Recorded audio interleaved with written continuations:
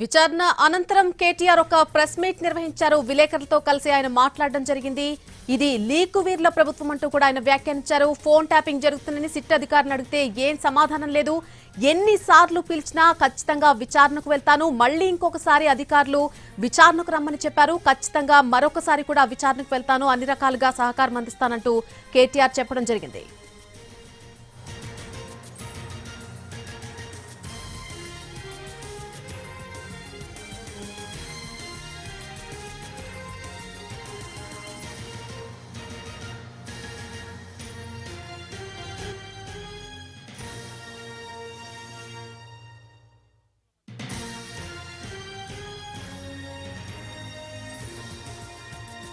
సింగరేణి టెండర్లలో దొంగలు దొరికినరు.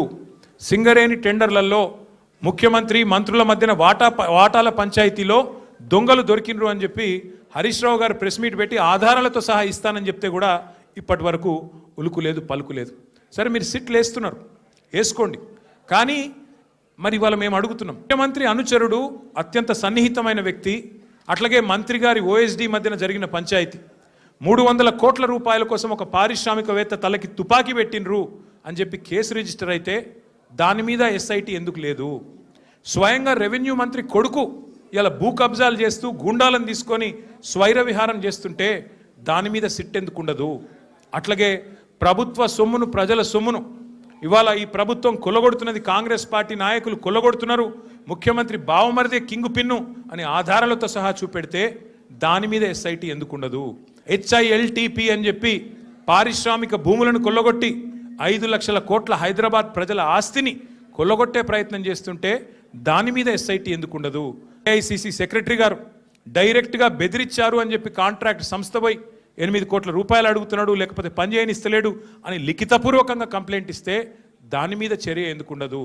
ఇవాళ న్యాయం, ధర్మం, కాకీ బుక్కు అందరికి ఒకటే తీరుగుండాలి కదా.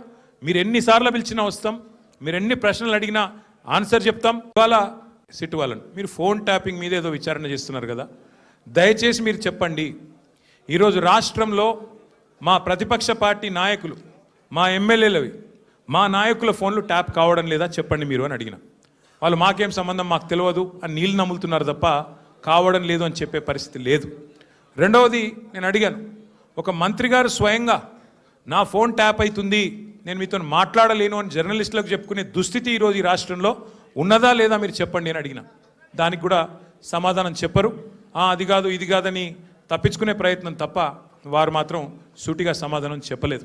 కానీ ఒక ధారావాహికగా మాదిరిగా ఏదైతే నడుపుతున్నారో, ఒక సీరియల్ లాగా ఏదైతే నడుపుతున్నారో అదే పరంపరలో అడిగిన ప్రశ్ననే అడుగుడు, మళ్ళీ అడుగుడు, ఒక 300 పేర్లు చదువుడు, ఈయన తెలుసా, ఈయన తెలుసా, ఈయన తెలుసా, ఫలానా ఆయన తెలుసా, దాంతోనే 2-3 గంటలు టైంపాస్ చేసుడు తప్ప అక్కడ విషయం ఏమీ లేదు.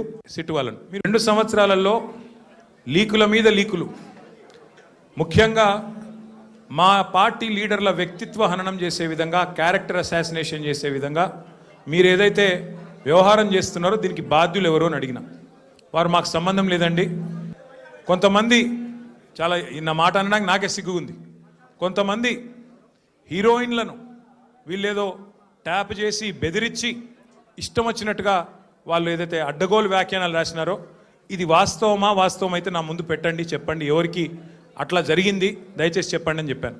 అనగానే అక్కడున్న అధికారి గారు, లేదండి అది కరెక్ట్ కాదు, మేము ఆల్రెడీ మీడియాకి చెప్పాం కదా అన్నారు.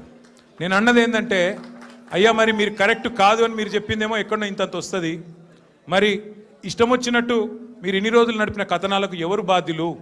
మా కుటుంబాలకు, మాకు కలిగిన క్షోభకు, మా వ్యక్తిత్వ హననానికి ఎవరు బాధ్యులు? ఈ లీకులు మీరు నిరోధించలేరని అడిగిన. 2 సంవత్సరాలలో